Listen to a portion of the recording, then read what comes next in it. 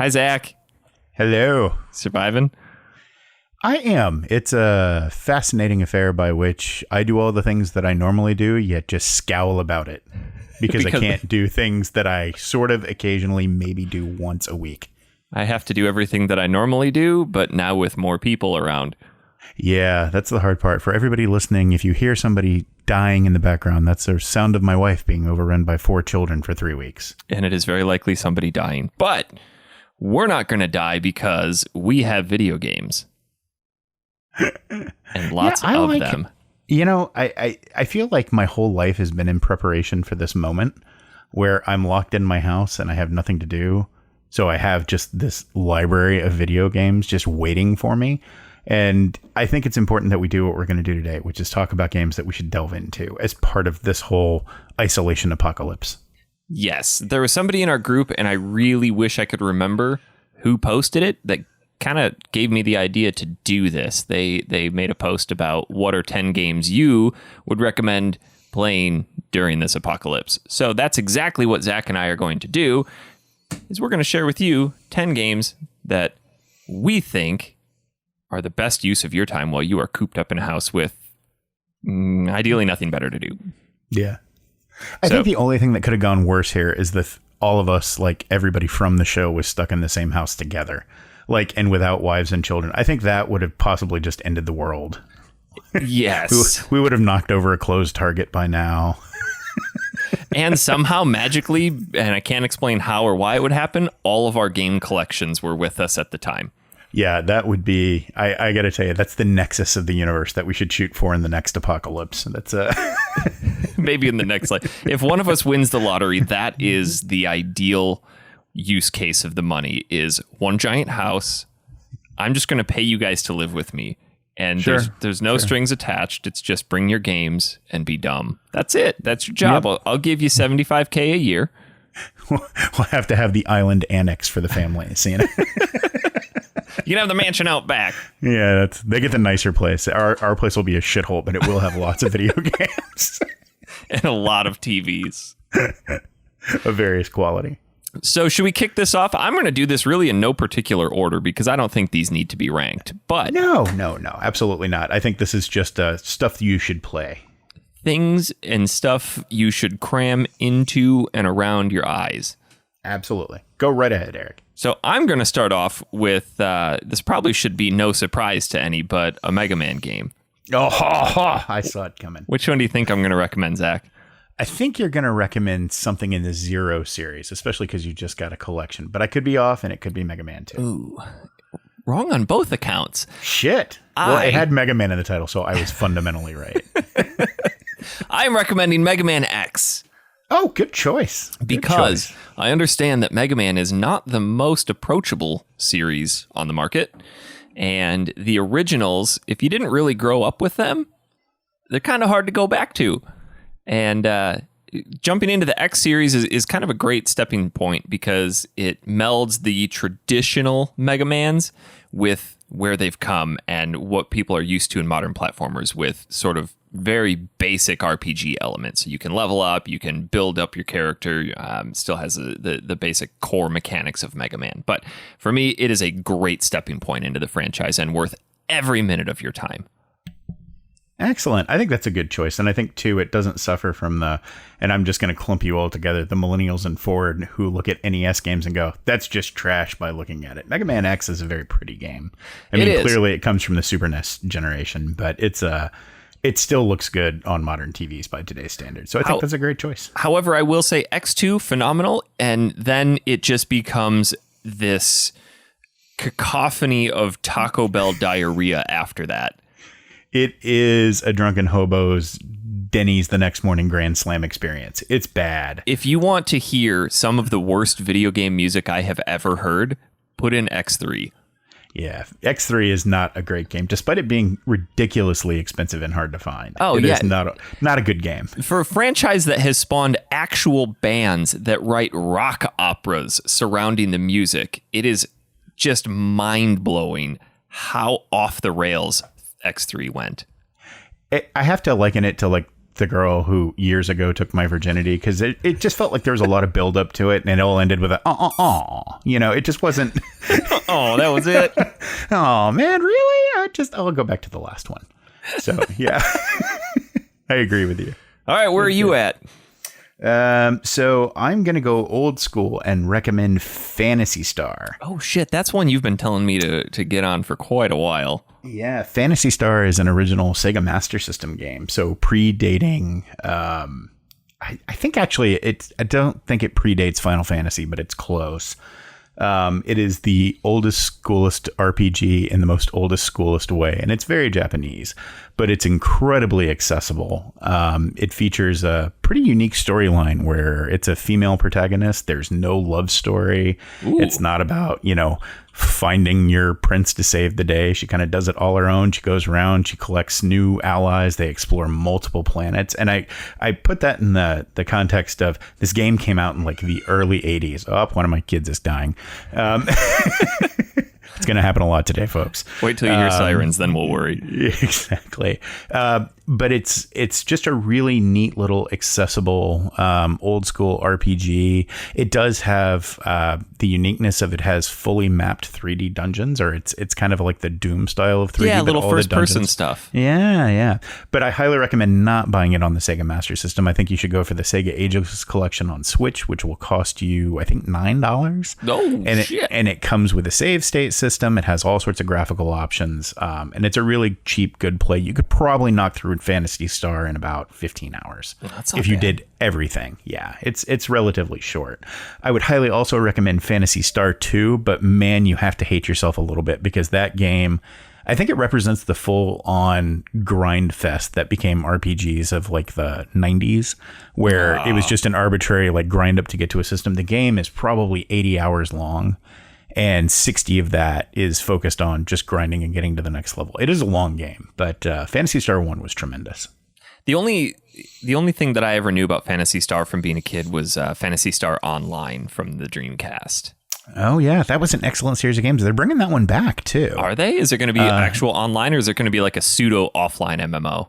I think they're pushing for it, because it's going to be Phantasy Star Online version 2, which was, you have to understand, those aren't like traditional RPGs. They're a lot more like loot crawlers. They're very Diablo-esque, but they're fun, and they do harken back some of the language and some of the weapons and stuff from the Phantasy Star series. So totally worth it. Oh. But yeah, the original games were just way beyond what they should have been for the time period. So big recommendation from old Zack on that one. Well, I think I'll throw that on my list of things to buy and not play for a long, long time. Excellent. You should buy and not play it for the show, too, because I think Dan will pull his hair out, and that is always fun to watch.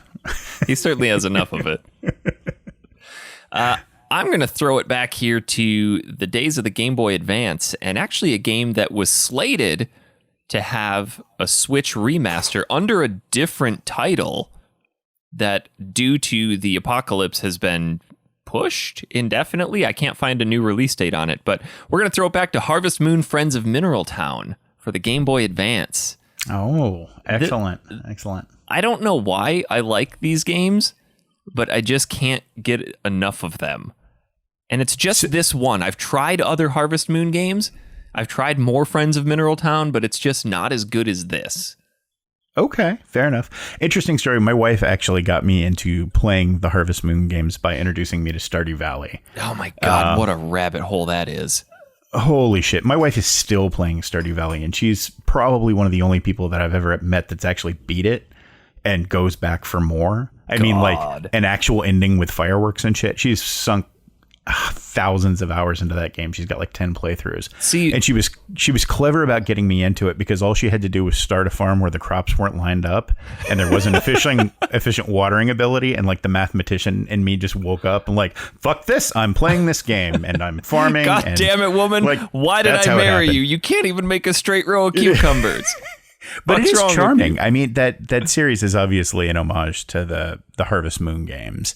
And my wife has played all of them and tells me that it's infinitely more accessible, but I've got a soft spot for them now. Those are really fun, engaging, and low stress games. I probably pick up Friends of Mineral Town once every couple of years, and I always have to set myself a finite limit of like 3 calendar cycles.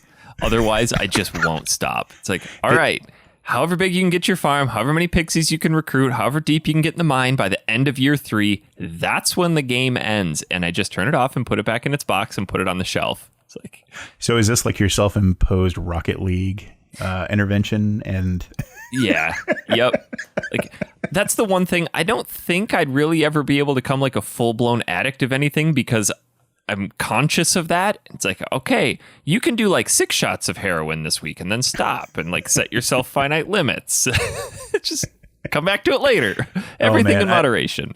And it's funny because now my kids all play Stardew Valley as well. And now that it's available on phones and tablets, and apparently just a better way to play it than when the controller, like I can't get away from it. So I have resolved that I should not play it at all anymore, because the eventuality is I'm going to have to pick up somebody's game and help them with something. Fishing being the worst thing in that game. Oh God. But yeah, but I think I hit really like 50 hours in Stardew Valley and went, okay, I'm kind of at that precipice of this is going to become my life, or I can step away. And I chose to step away. Yep. Nope. Smart decision. Yeah, very much so. No, great recommendation. So I'm going to do a 180 and go from peaceful and sedate to Ninja Gaiden Black. Jesus, you and your Ninja Gaiden. Damn. Dude, Ninja Gaiden is one of the best games. Just from a pure, it accomplishes exactly what it sets out to achieve. What, piss you off? Well, yes. It was the original Souls series. I told you that. Yeah, it's absolutely the original Dark Souls. It's got all the hallmarks. It's super challenging. It's got big interconnected worlds. It's got huge weapon variety and customization. But I freaking love Black, though. That is a great recommendation. Yeah, Ninja Gaiden Black is just the best version of the 3D reboot of the Ninja Gaiden series. And if you have never played it and you are up for a challenge, it is just an absolutely fantastic game. It looks great on the 1X too. Man, does it look good. Yeah, it was kind of like Morrowind. It was brought back from the dead by just simply turning the resolution up to 4K. And because the game was built properly from the get-go, they really just had to up-res it, and everything still works, and it runs at 60 frames a second, and it's fluid and it's fast, and can't recommend it enough. It's terrific. Oh. I know that not everybody is going to be quarantined with somebody else, but if you are, and that other person has an affinity for video games and you like sports games, I understand, like, I'm really drilling down into a niche category here, but like, surely somebody out there is going to fit this bill. But I'm going to recommend a game that Tom and I play to death whenever we're together. It is the only thing that actually manages to make it into a system when he and I get together, and it is NHL Hitz 2003. The most fun sports game I have ever played. Yeah, I have to give it up for Hitz and Blitz and all those games for really revitalizing my interest in sports games. I think I've shared with you before, I ate in college playing Tecmo Bowl and Super Tecmo Bowl against people and just placing huge bets. And I will share with you that I am unbeatable because, I mean, look at me. I didn't lose. Like Tom and Tekken. But yeah, when Blitz came out, I remember being absolutely floored by how much fun it was. And then Hitz came out and I was like, oh my God, just tying hockey together with over the top senseless violence. Well, and like, how can you get better? I didn't even know that the Hitz franchise existed. And in college, the guys that I lived in the dorms with, they were all about Madden. Like, they were the type of people that they bought a console and then the only games they ever purchased were the college sports games or the college football and then Madden. That was it. Their whole shelf was just 2 games each year of football. And they just lived, ate, breathed, and slept Madden. And it's just like, I don't like that. They were all about the strategy of them. Like, let me just kill people. That's all I want to do. And then Blitz was out and just a ton of fun with that. So when Tom introduced me to Hitz, and the first time that he checked me through the glass, like, I'm sold. Done. That's all I need. Yep. And again, it's like having those moments. Like, I remember the first time playing Blitz and knocking somebody's head off. Yeah. And just thinking, like, this is the football game for me. This is what I should have been playing all along. Yeah, it's Mutant League football, things like that, where it's just melding senseless violence with sports. It's like, if I ever designed a sports game, I would meld Tiger Woods PGA Tour with Mortal Kombat. Yeah. And somehow that would end up being Wreckfest. I'm not sure how, but it would. With Mega Man behind the wheel. And it would just be a dude. It'd be like McElroy on a lawnmower running over Tiger Woods. That would be... Don't give me money to build games because they'll never get finished, and B, there'll be no point. Very good. Good choice. So in the continuation of spirit of, yes, I'd like to play something that makes me shit my pants, I'm going to go for the original Fatal Frame. Oh my God, yes. Fatal Frame, and just for the show, I'd like to point out that my copy is in fact... sealed. Look at it. Sealed. I love it. I own multiple copies of Fatal Frame because it's just one of those games that I have a hard time not buying when I see it, especially if it's in good shape. But Fatal Frame was the sort of the very serious take on what Resident Evil was, where Resident Evil could get hokey and was definitely over the top with monsters. Fatal Frame was just there to make you shit the bed. It was terrifying. It was the premise where you can only see the ghosts and everything through the lens of the camera, right? Yeah. You could only see the ghost through the lens of the camera. It was you had no weaponry. There was really no way to run away from things. You had to face the ghost that showed up, and it's very Japanese and a lot like watching The Grudge or The Ring or Ju-on. I don't think I ever finished a Fatal Frame. No, they get genuinely scary as you get further into them. In fact, one of the ones on my list is Blackwater, which was only released for the Wii U, but you use the Wii U as the camera. And so you had a TV display where you could navigate, but you had to use the Wii U controller in front of you to see the monsters on the screen. And I mean, it was just fabulous. Oh, man. The first one still holds a place in my heart because I think I was a sophomore in college when it came out. And it was just one of those games that, like, around the dorm, like, okay, well, we're going to be playing Fatal Frame on this end of the dorm. So anybody else that like to sleep for the next 2 weeks can go on the other side. And don't listen to the screams. It was super good. There was a 3DS spinoff called Spirit Camera. Yes. Yeah. That was a fantastic little romp too. Because it utilized no, it didn't have the AR augmentation in it, but maybe it did. I don't remember. Yeah, like I said, Fatal Frame's not necessarily an expensive game, and I think you can buy it on like the eShops for PlayStation 1. You should probably even be able to play it on your PlayStation 4 somehow. But highly recommended. It's just one. Another popular numbered sequel to that was Phantom Butterfly, which was part 2. Oh, yeah. And that one, I think I saw at a shop recently for like $7. It's not expensive. So definitely great games to pick up, especially if you like to be creeped out a little bit. I just checked, and Spirit Camera does use AR. So you can use the augmented reality version of the 3DS to find ghosts and spirits within your house. Excellent. Fucking terrifying. Yeah. My wife and I enjoy horror games, and that was one of the things that we both agreed on when we picked up the first couple of VR headsets. We both looked at each other like, what if they made a Fatal Frame for VR? And we were both like, nope, good. I'll play Resident Evil 7 for the rest of my life before I play a Fatal Frame game in VR. I really enjoy sleeping. I'm good, you know? It's not on my list, but kind of in that same vein of horror games, I would recommend Corpse Party too. Oh, absolutely. For just being weird. Yeah, that was made in RPG Maker. Yeah, I picked that up for 3DS on I have somebody's recommendation. I have the big box set of it up there. Yeah. And man, what a weird little game, but I really enjoy it. Yeah, it's a neat little run here. Let's see. I'm going to delve a little bit into the world of longer games. RPGs typically are a great choice for being stuck inside. I'm going to go with, I consider this to be the PlayStation 2's RPG swan song, and that would be Rogue Galaxy. Oh, man, it was on my list, but I knew you were going to pull it. It's hard not to recommend that game, can't. But tell us why. I can't say enough good things about this game. Mainly, it's done by Level 5, and they kind of hit their peak with the PS2. Everything they did afterwards, I mean, it's good, but like Level 5 RPGs on PS2 were just something else. I mean, you had your notably the Dark Cloud series as well, but the storyline of this with just you're a space pirate. What else do you want to be? You are an intergalactic space pirate, and you have robot companions, and there's a whole entire Pokemon game hidden within it as well, with the Insectron Coliseum. It's a phenomenal RPG. I recommended it to Dan one year, and he's like, all right, fine, whatever. And it ended up being his game of the year, which I will never let him forget. But it is on PlayStation 4 as a PS2 remaster. It is long. It is really long. It's a action RPG, so it's not turn-based. So if you like that, kind of like your Kingdom Hearts style, but really, really engaging storyline.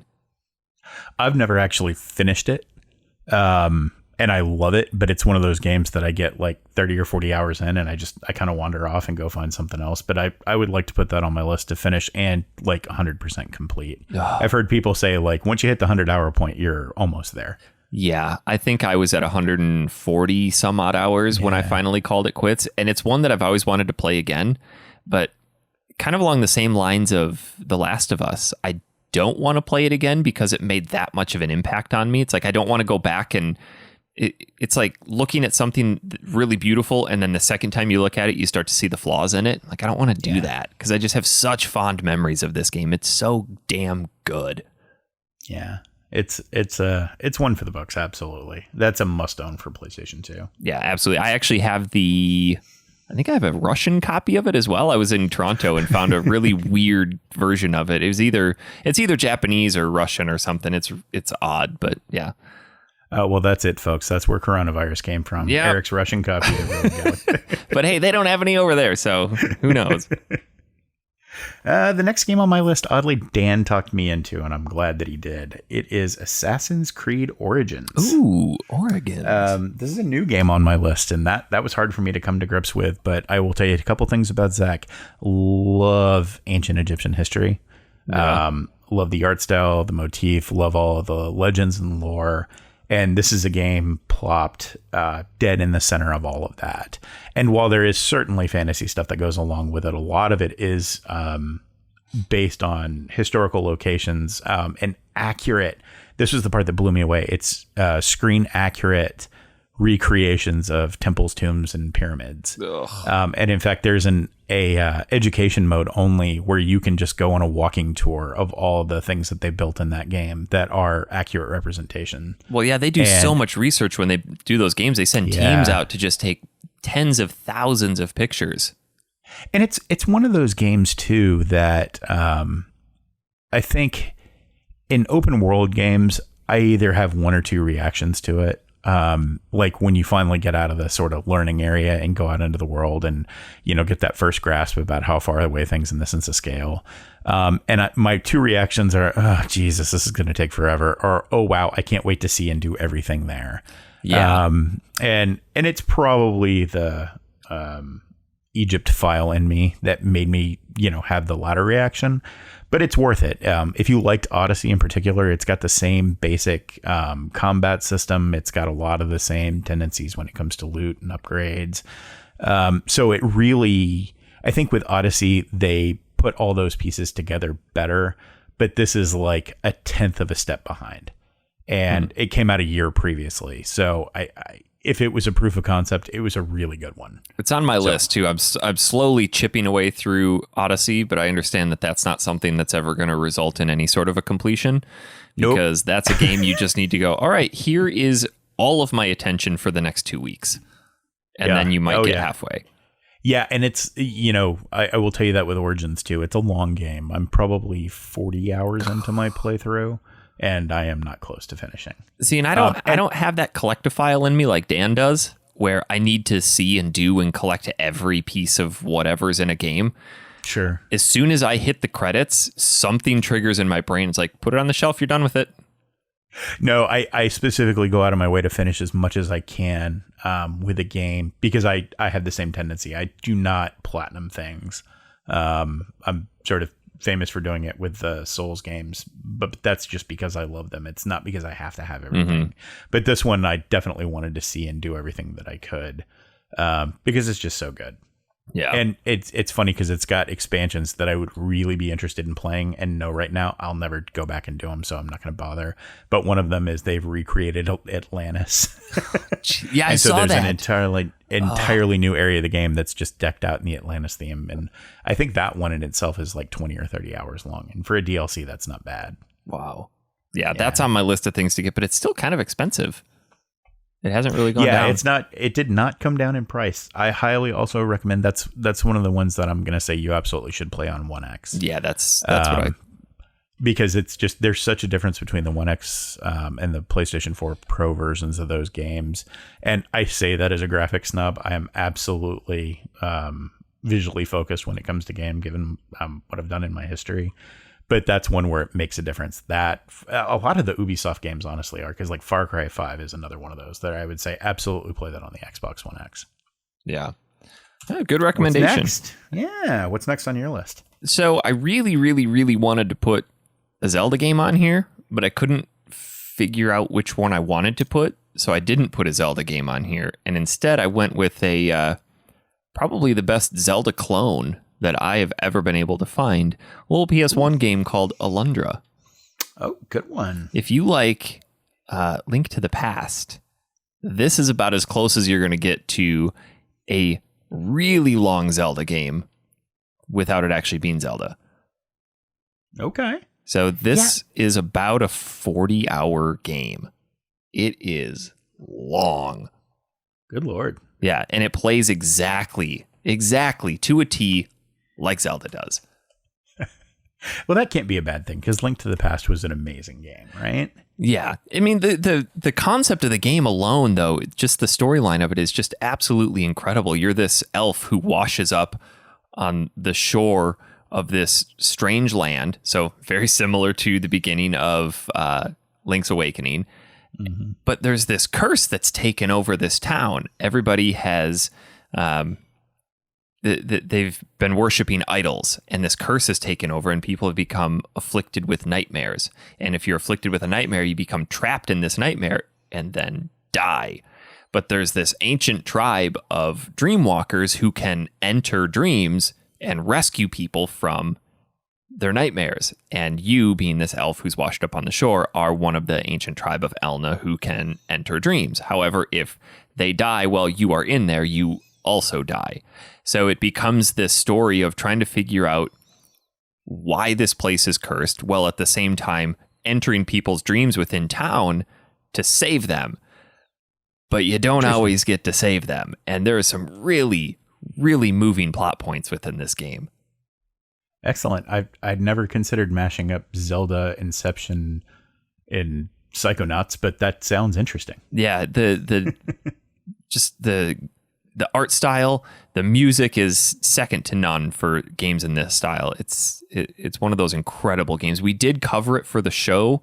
I don't know if we did it as like the main game of the show. We're 200 episodes in. I don't remember all the games we did, but it's not... It's your attention to detail that impresses me most. It is. It's not particularly cheap to find. However, I believe it is on the PlayStation Store for, if you have a PSP or a PS3 or a Vita, you can pick it up on there for like $6 or $10.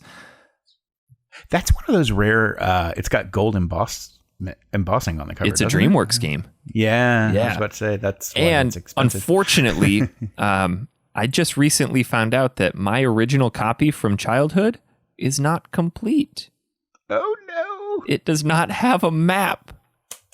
Oh dear God. I know. That's how this all starts, folks. I know. It's now it's in the air. Now he has to find a map. Now he's going to have 3 different versions in various stages of completeness. One sealed, one opened with a map, and one opened without a map. That's what I'm going for. And they will never be sold ever. Ever. None. But yeah, this was my first DreamWorks game, and this is what kind of kicked off my obsession with DreamWorks. Yeah, I think mine was... Oh, no. I take that back. I was thinking of Lunar, but that's Working Designs, isn't it? Yes. Yeah. All the games of that genre, especially, I appreciated so much when I played PlayStation games, the willingness to stay and kind of make that 2D-ish art style a fixture rather than being sort of transient. Well, I love games that apply that. And the PlayStation 1 took what we had perfected with the Super Nintendo and made it even better. I mean, Those top-down sprite-based RPGs on Super Nintendo were incredible, but here you have an even more powerful system and you can do more with it. Let's just keep going with that. Unfortunately, Alundra fell victim to what would this look like in 3D? And it just absolutely shit the bed. Alundra 2 is not good. Yeah, I mean, and there are games that are. I mean, even the what were the cowboy ones that they put out? Shit. Now, if I Sunset Wild Riders. Arms. No, Wild Arms? Wild Arms. Oh yeah, remember that? Because Wild Arms started off is definitely more of a focus on cell shading and trying to make it cartoony. And over the years, it just became something else, and I didn't enjoy it. Yeah, but I have such an appreciation for games that maintain that 2D aesthetic, like the original Soul Reaver game. It was Legacy of Kain, Blood Omen. Yeah, with the Vae Victus and all that. Man, that was just an amazing game to look at, and remarkably a lot like a Zelda game. Yeah.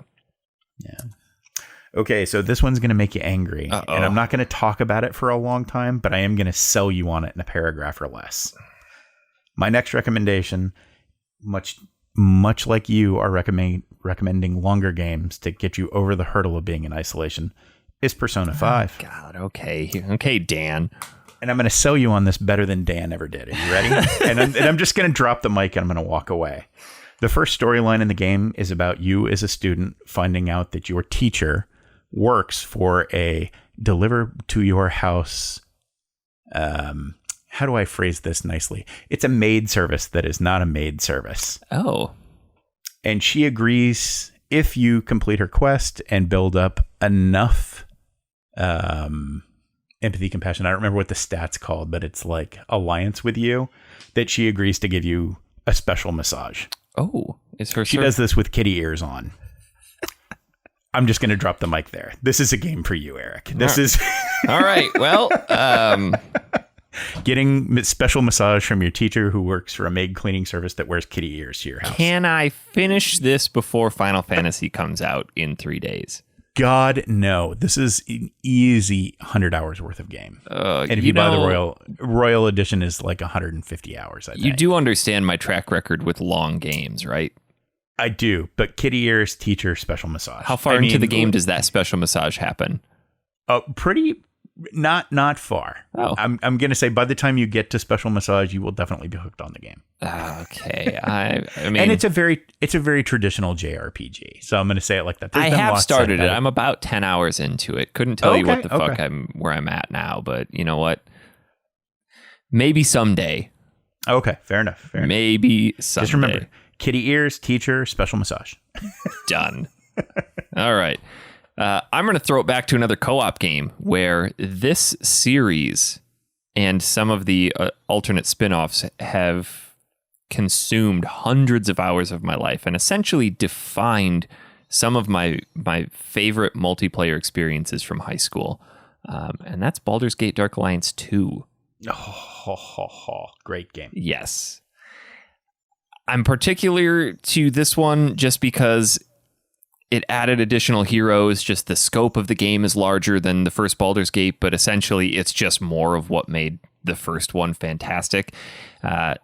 The alternate to these are your Champions of Norath and then Champions Return to Arms.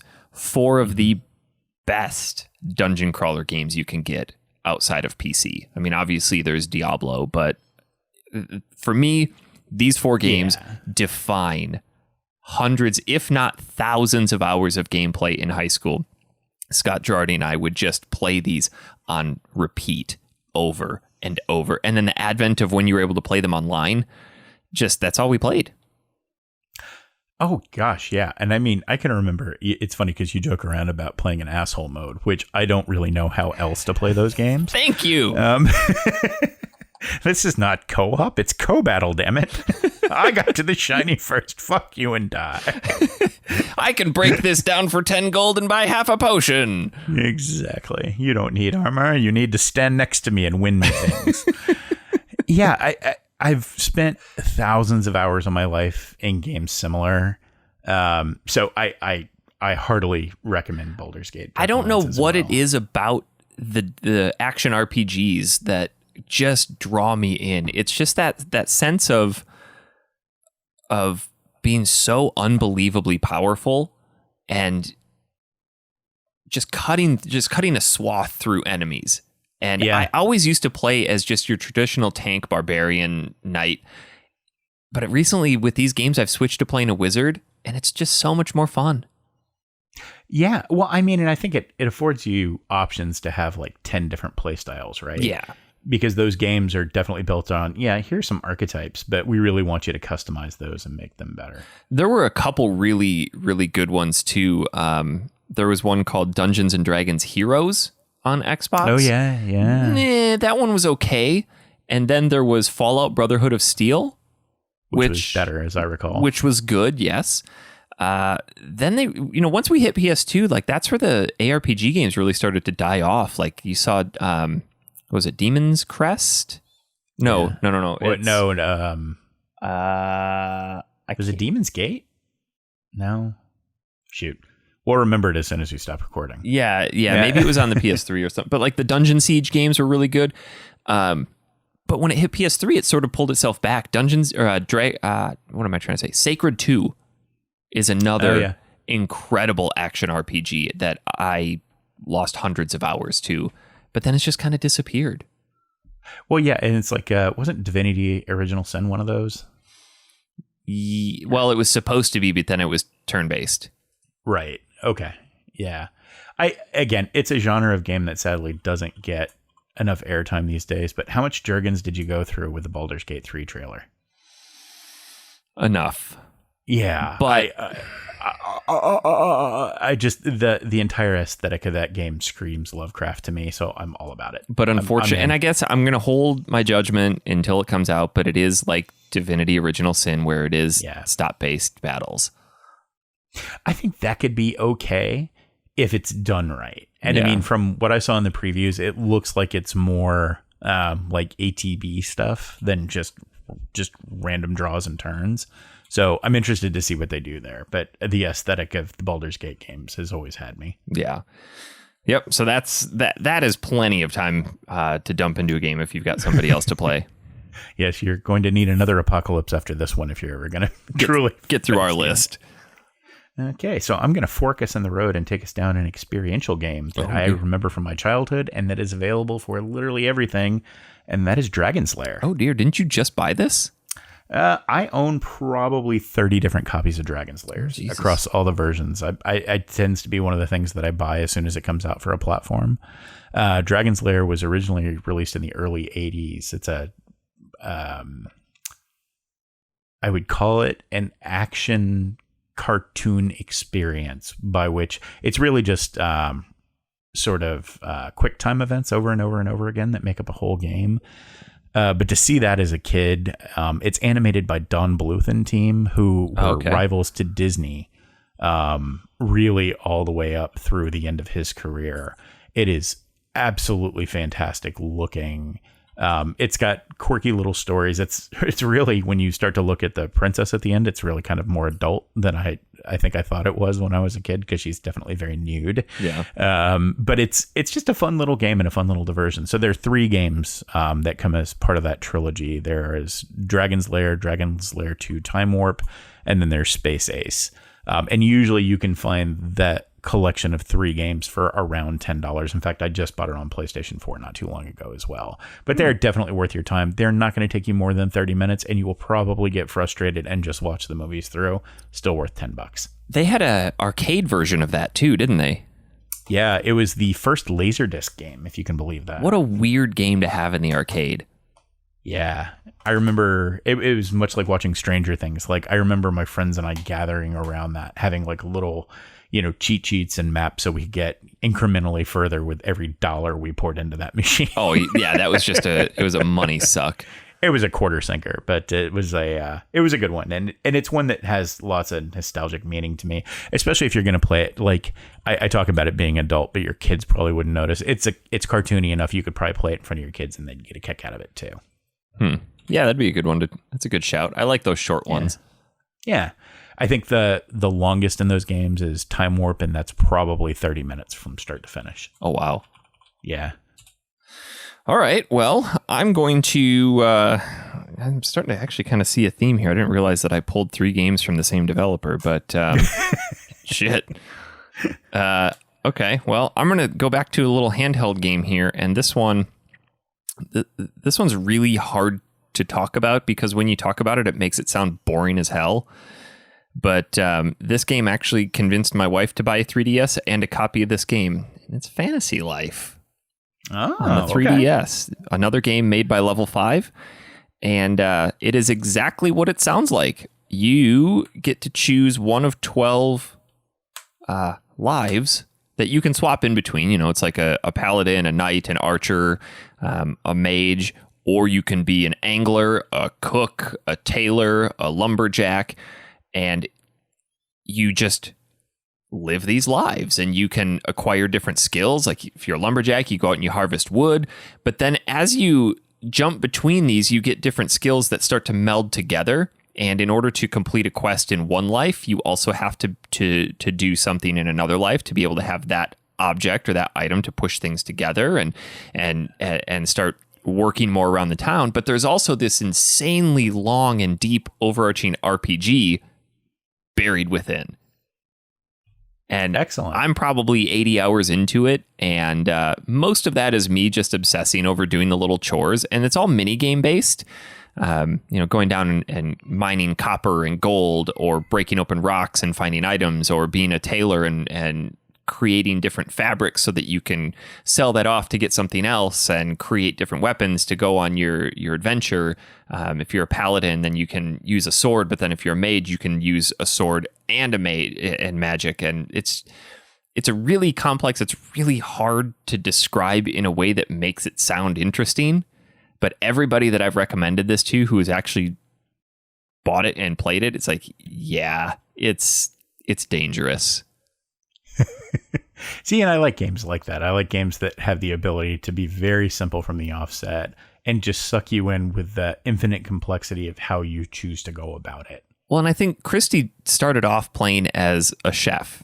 And like a week later, I said, hey, you've been playing a lot of Fantasy Life. How many lives have you unlocked? And she's like, what do you mean? Like, there's 12 lives. And she's like, holy shit, I've just been stuck as a chef. Like, she just dumped that much time into one life and just living and doing what you can within there. And I don't know, it's not expensive at all. I think you can pick a copy up for like $13, but you will get hundreds of hours of playtime. And it's a great game to just sit and play while you're watching something on TV, because it doesn't require a ton of actual focus unless you're going through and doing the story stuff. But that's so stretched out that you're going to have lots of downtime to do your little random side quests. And it is essentially a side quest simulator is what it is. Nice. Well, I mean, and if that's the way that you'd like to get your wife hooked to crack, you start with heroin. Yeah. And then you're generally gradually just dial it back. Go up and up and up, and like, oh, you have another life, and oh, there's another character, and that's the way to go. Nope, good recommendation. I'll have to check it out. Yeah. So the next one on my list is not a surprise because I am a huge fan of Metal Gear, but this is the Metal Gear Solid HD Collection for Xbox, and there's two reasons that I'm calling this one out. You can get it for PlayStation 4 as well, and it's just fine. The Xbox version is also forwards compatible on the Xbox One X. You get some clean, nice, smooth graphics out of it at 1080p. Okay. But the important thing for me for this collection is that it comes with an original MSX version of Metal Gear Solid 1 and Metal Gear Solid 2, which if you have lived in the US and only played on the NES, you have never actually played before. No. Those games are very, very different in the original Japanese, and these are translated versions that are both excellent. And they are not easy. No, you will probably not make it through Metal Gear Solid 1 without a strategy guide, an FAQ. Yeah. Yeah, you could spend forever talking about why you should play Metal Gear games, but the HD collection is just a fantastic place to start. And a great value. I think I picked mine up for like $11. Yeah.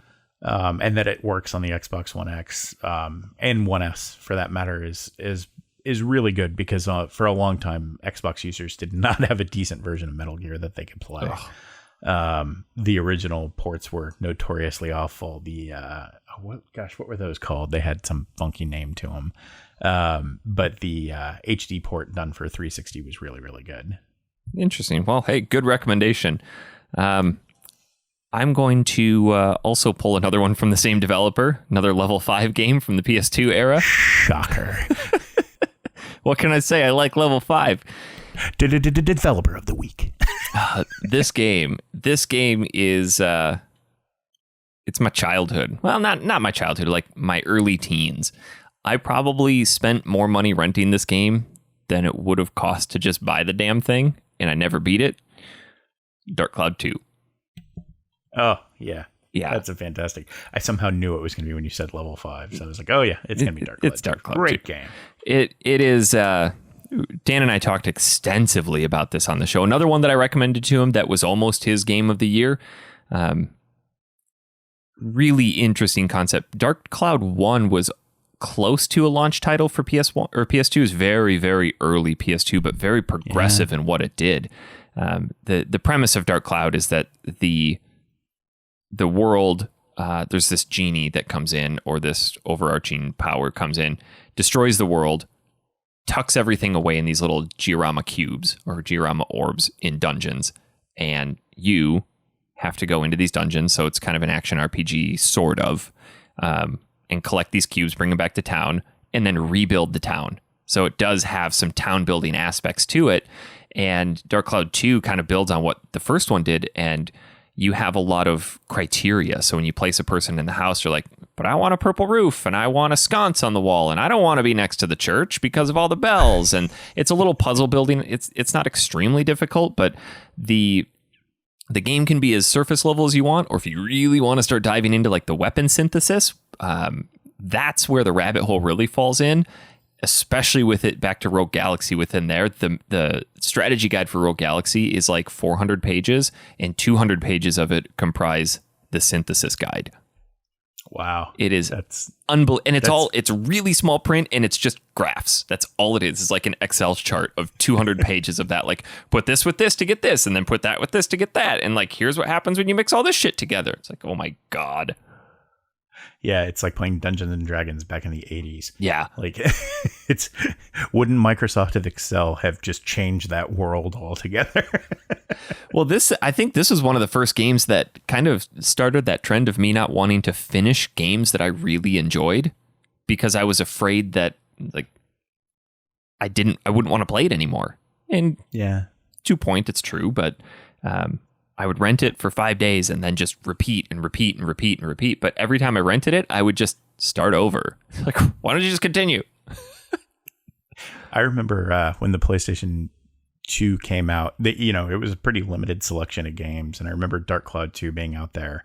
And for whatever reason, somebody had recommended it to me and said, like, it's this really, offshoot game. So my first story about it was I bought Eternal Ring instead. I love that game. Oh, my God. Seriously, I wanted to throw myself in front of a car because they had just talked it up so much. And I played it and I was like, this is not. And I showed it to them. They're like, no, I said Dark Cloud, you idiot. Did you play Evergrace? Because that was just as bad.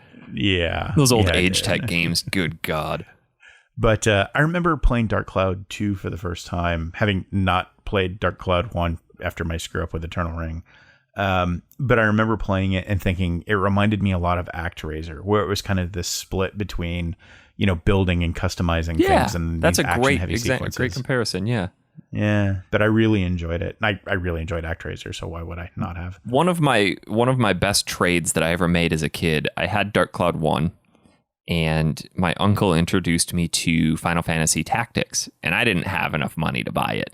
And this kid in my neighborhood came over and he's like, yeah, my parents bought me this Final Fantasy Tactics game. I don't understand it. I don't like it. I want something more action based. I'm like, here, take my Dark Cloud 1. I'll trade you. And at that point, you could go to the store and buy it for like $15, and Tactics was still 50 or 60 or whatever the hell they were back then. So got myself a free copy of Tactics, and a couple weeks later went back out and bought another copy of Dark Cloud 1. Do you still have that Tactics somewhere? I do. Oh, yeah. Same one. Yeah. Same one I've had. Yeah, I ended up, it was years ago, I bought Final Fantasy Tactics and did not know what it was and got into it and went, okay, I like this, but I'll come back to it. And sold my original copy. I'm not smart enough to understand what you're talking about here.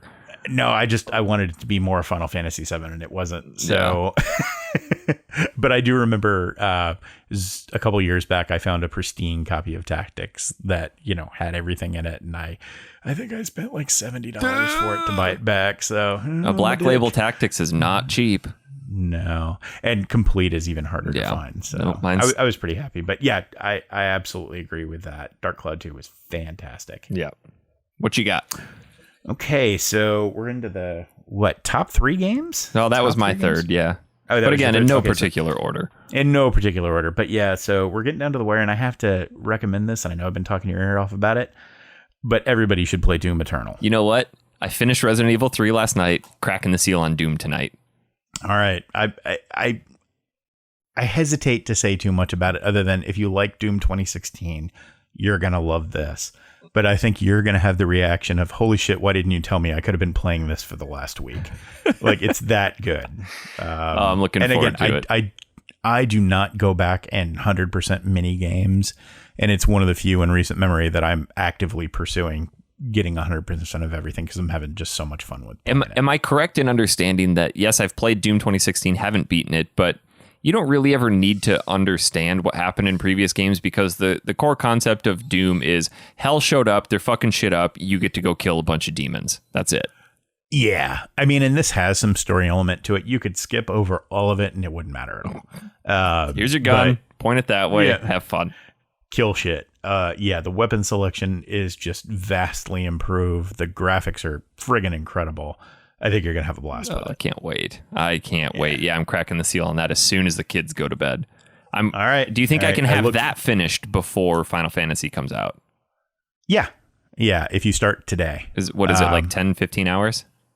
I want to say I put probably 20 into it, but I'm collection fetishizing it. Maybe not then. I really only get about 3 hours a night with like those super violent games. Yeah, this one might hold your attention longer, though. Like I said, there's... So I will say this. There is a split up focus between exploration and puzzle solving and combat. It never really gets in the way of the pace of the game, but you're going to find yourself exploring a lot. If you can stay on the main path, you could probably beat it in 15 hours. Okay. I'm just looking forward to a good old fashioned gore fest. Oh, it's that. It is definitely that. Make sure the kids are maybe some melatonin, They don't want to see this. It will haunt their dreams. It's really good. Oh, good. All right. Well, I'm down to my last 2 here. This one, I kind of have an RPG thing going on here. This is one I'm currently playing through, and I talked a little bit about it, actually quite a bit about it on our last show. So, Trails in the Sky, part of the Legend of Hero series. This is my collector's edition, sealed. So I am playing a copy on the Vita, the PSP copy on there. Since our last show, I've probably put another 5-6 hours into it, and I'm 100% sold on this game. And one of the characters has quickly become one of my favorite RPG characters of all time. Oh, awesome. It is just an absolutely exceptional little RPG, and it is just a crying shame that it's locked away where it is. Well, I mean, and I think it's terrific that it's becoming more accessible. Than I've always loved the Legend of Heroes series, so I was really interested to see where it went with the Trails series. Yeah. I know it's your longest collected series of games that you've never played. Hey, I played through most of 1 and some of 2, and I bought the wrong disc for 3. I sent you a copy of 1 for, what was it, Famicom? Yeah, that's back when it was the Dragon Slayer games. Yeah, and then it flipped into Legend of Heroes, and it's super convoluted. Like you have the Gavan trilogy, and then it flips into something else, and you flips into Trails of Cold Steel. Yeah, I mean it's ever more ridiculous than trying to figure out your way through the Metal Gear and Zelda timelines. So yeah, this one you just play. But it's so cutesy, it's so fun. The world is incredibly charming. Battle system infinitely complex. I'm just really digging it, and the fact that it's portable makes it increases my chances of actually being able to complete it. But I was reading about if you want to complete this one, you're probably looking at 80-ish hours to complete, and then there's a second chapter and a third chapter, all 3 equally as long. Good Lord. Yeah. So this is a good 200 hours just to get through the Trails in the Sky games. Yeah, that's a big time investment. I'm surprised they went that long because it's not I wouldn't call it like a blockbuster franchise. It's certainly a good one. Apparently they're huge in Japan, that's a though. lot of content. Yeah, but yeah, that's true. In Japan, you have a lot of series that are longer running. I wax rhapsodic about Ys all the time. Yeah. And that's one of those series of games that's still going, and it's 30 years old. So yeah, it's not particularly a weekend game either. No. Well, it's funny because Ys Book 1 and 2, I used to perceive that's the first game in the series. I used to perceive that those were much longer than they are. And I went through about a year ago and blasted them both out in like 10 hours. Oh, God. So some of it's definitely knowing where everything is and having played it so much and knowing all the little tricks. But yeah, I laud copiously those series that keep on going and have those fan bases. It's almost like Yakuza. Those games have such a rabid fan base. Yeah. And there's got to be something to them if they're still going that. I tried them, can't get into them. So yeah, it's not my thing, but I figured, you know what? Some of the reporters that I follow online have just sang this game's praises for years. And when they came out and said, "Look, this is one of the best RPGs of the past decade. You have to play this." I'm like, all right, fine, sure. Fucking hell, I'll play it. And here we are. I'm 15 hours in, so I mean, I'm in. You're in. You're elbow deep. I am, and it's just you're committed. I have my Vita set on my nightstand, so it's like I get in bed and it's right there. Play 50, even if it's 15 or 20 minutes. Like you're just slowly chipping away at it, and eventually it'll be done. Yep, very good, very good. So my next game on the list, I'm kind of cheating, but it's 200 hours worth of games that I think everybody should play, and that is the Metroid Prime trilogy. Oh, damn. Yeah. Metroid Prime is the first game in the series for GameCube and then later for Wii, is one of my favorite Nintendo games, if not one of my favorite franchises of all time. And it's a really heavy exploration focused game. But to have all three of them in one compilation, I will tell you that I didn't love Metroid Prime 3. But 1 and 2 are both fantastic. And 3 is not terrible. It's just terrible by Metroid standards. So would you think highly recommend less those. of me if I told you I have never even played a 3D Metroid game? I can't imagine thinking less of you for any reason. No. I mean, I can understand it because you weren't in love with the original Metroid. No, games, I did not right? like them. Yeah. As soon as a game tags itself as Metroidvania, I lose all interest. Yeah, well, this is definitely that. But if you didn't like Super Metroid, I could totally understand skipping over it. I think you're playing Metroid Prime for the show this year, right? Eventually, yeah. Okay. Yeah, I go into it just totally blank, have no expectations. I'm curious to see what you think of it. For me, it is the first real example of a game that was successful and being a 2D game that converted to 3D, and I would call it more successful than The Legend of Zelda. Oh shit, them's big because words. It's got Zack. a heavy emphasis. Yeah, it's got a heavy emphasis on platforming, and the fact that works at all in first person is amazing. Yeah, but it works really, really well. Interesting. Well, I'm looking forward to when we eventually play it. I'm not sure when that's going to be. It's not a short game, so you definitely have to peg out some time. All right, well, we're on to our last games here, and anybody. So I've been doing this podcasting in some fashion for almost 10 years now. And since the beginning, there is one game, aside from anything Mega Man, that I have universally praised to no end. I'm sure you probably can guess what this is. Yeah, it's Goof Troop. I mean... Busted. No, I, of course, am talking about my other love affair, Demon Souls. I saw it coming. It had to be there. Had to be there. I don't know what it was about this game that it just came out of, it literally came out of absolutely nowhere. Yeah. And it has spawned an entire new genre. And it's not often that you see a series and you go, or a game, and you're like, you have created a whole new segment of gaming and have just completely changed the course of video games moving forward. And Demon Souls did exactly that. Well, and talk about a game that totally turned norms on their ears. It had this very abstract way that it told its story. Yeah. When other games were getting more hold your hand and give you great big arrows on the screen, it said fuck you and die.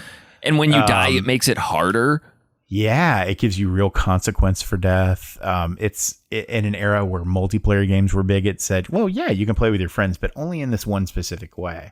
Yeah. I mean, it's so unique. It's so at the forefront of pioneering things that just were not done before. And for me, it brought back that love of talking to people about games, because I was in college. I had just gotten married like 6 months prior,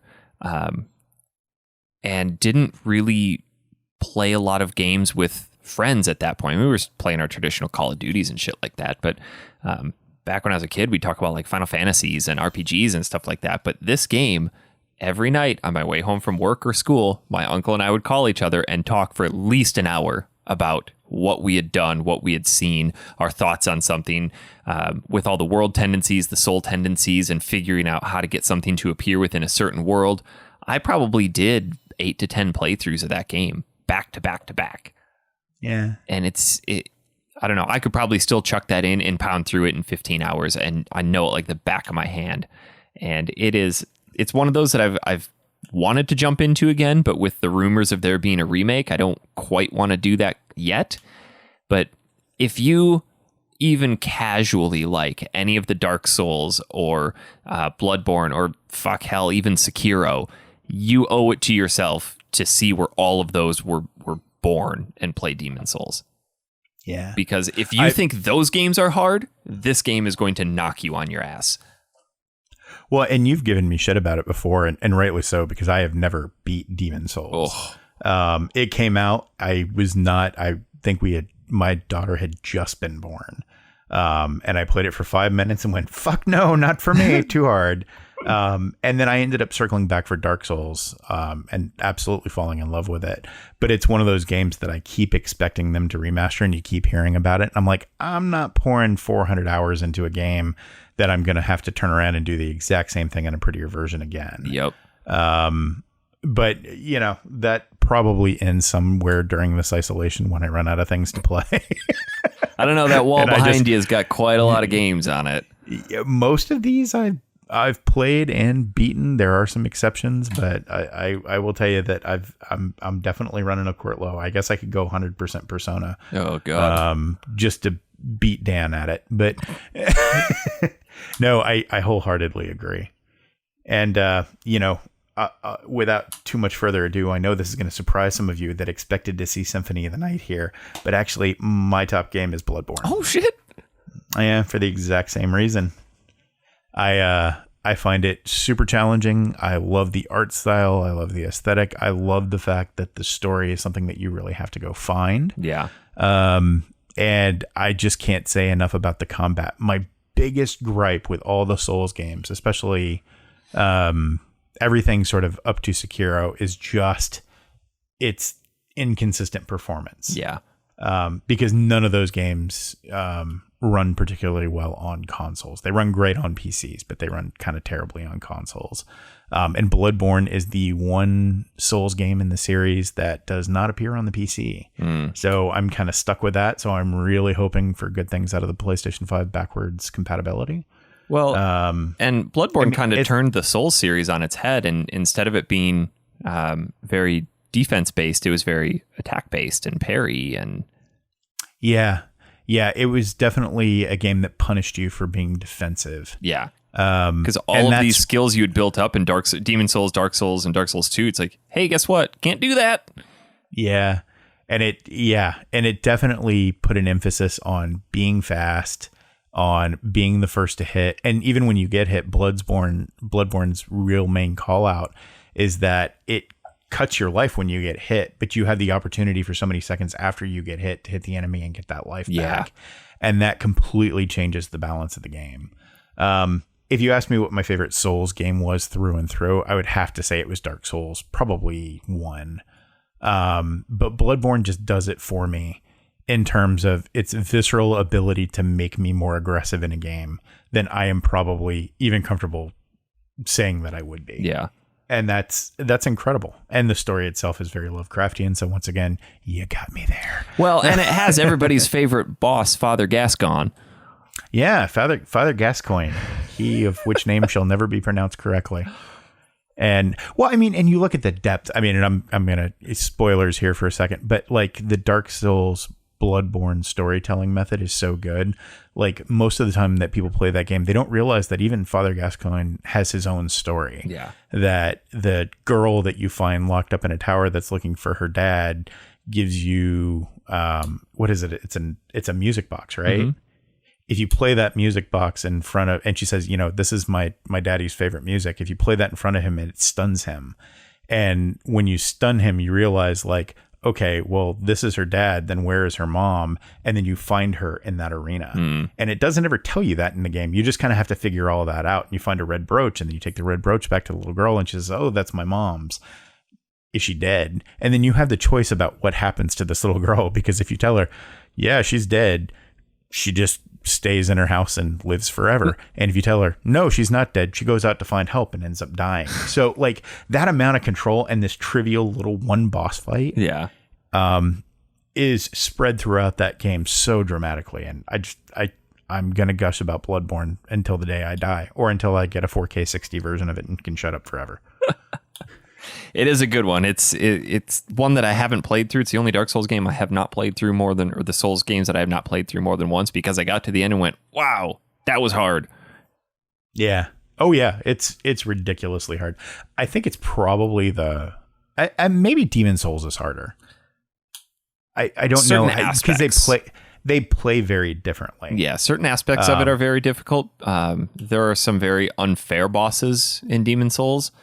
But I think consistent difficulty, Bloodborne wins out, because it's just, they've polished it. They've had 3 games to figure it out. Yeah, and God help you if you get into the DLC. Sekiro has nothing on those bosses. No thanks. I'm going to eventually get you to pick up Sekiro again. Nope. And I'm going to do it by convincing you that, once again, you've got to relearn to play a game. Because in Bloodborne, for example, you're right, it's all about offense and how you control the enemy and how you control your blood loss. You have to think about it. All they did in Sekiro was move the impetus on the attack button to the dodge button. And if you play that game like a dodge fest and learn it for what it is, that game is every bit as fun. And some of the lore stuff in there, especially in late game, will blow your mind. It's so good. I don't know. I hate that. But it's not easy to unlearn all those skills. I'm genuinely curious what they're going to do with Elden Ring, because if they bring the aggressiveness of Bloodborne and say the defensive capability of Sekiro, I think we're in for one hell of a really hard ride. I can't wait. I'm looking forward to it. Yeah, I think I'm just going to take that week off from work, take off my pants, and run backwards through a cornfield. Schedule a couple therapy sessions for the following week. It's so hard. I bought 8 DualShocks in advance, and they're all gone. Mr. Foley, I thought that you were scheduling this for an actual problem. Yeah, no, it really is. You should play. So yeah, this is a list of 20 games that we think that you should probably invest some sort of time in if you're looking for something to get yourself through this apocalypse. Plenty to do. Isolation apocalypse. I'm not even sure what to call it anymore. It's just me stuck in my house looking at my children going, why can't you entertain yourselves? I love my kids. I've always wanted kids, but like these past few weeks, I've been very jealous of people without kids. Oh man. Like you think about that. Like, I don't know what the sweet spot of age is to go through this, because certainly like if you're college age and you don't have any money and now you have way less money, like this can't feel good. No. But like the dinks, the double income, no kids people, like they are in paradise right now. Oh yeah. You mean we both get to stay home all the time? Awesome. Particularly if you're both working from home. Oh, yeah. Like my wife and I are both working right now, and like the money is fine. I'm not worried about that. I am worried about these people running around my feet all the time. Can't you just go to school? Like, and it surprises me. Like I forget things like, oh yeah, we have 4 people in the house. So I go to the store and I buy a loaf of bread and I go to make a sandwich the next day and all the bread's gone, and 3 pieces of it are out in the backyard and ducks are eating it. What the shit? Why is every apple in this house have 1 bite out of it? What's going on? I'm going to go lock myself in my game room. Exactly. So, well, Zach, thanks for taking some time to go through this with me. Absolutely. I wish everybody out there safety and wellness. And remember, we stay together by playing different stuff and talking about it and keeping connected that way. And, we'll get through it just like we get through everything else. Yeah. And if there's anything that you think we should have talked about or that you think people should play, let us know. We want to hear. Absolutely. It has been a blast. We'll talk next month when this gets extended till June. We'll come up with 10 more games. Maybe we should just all use this as a chance to walk to Het.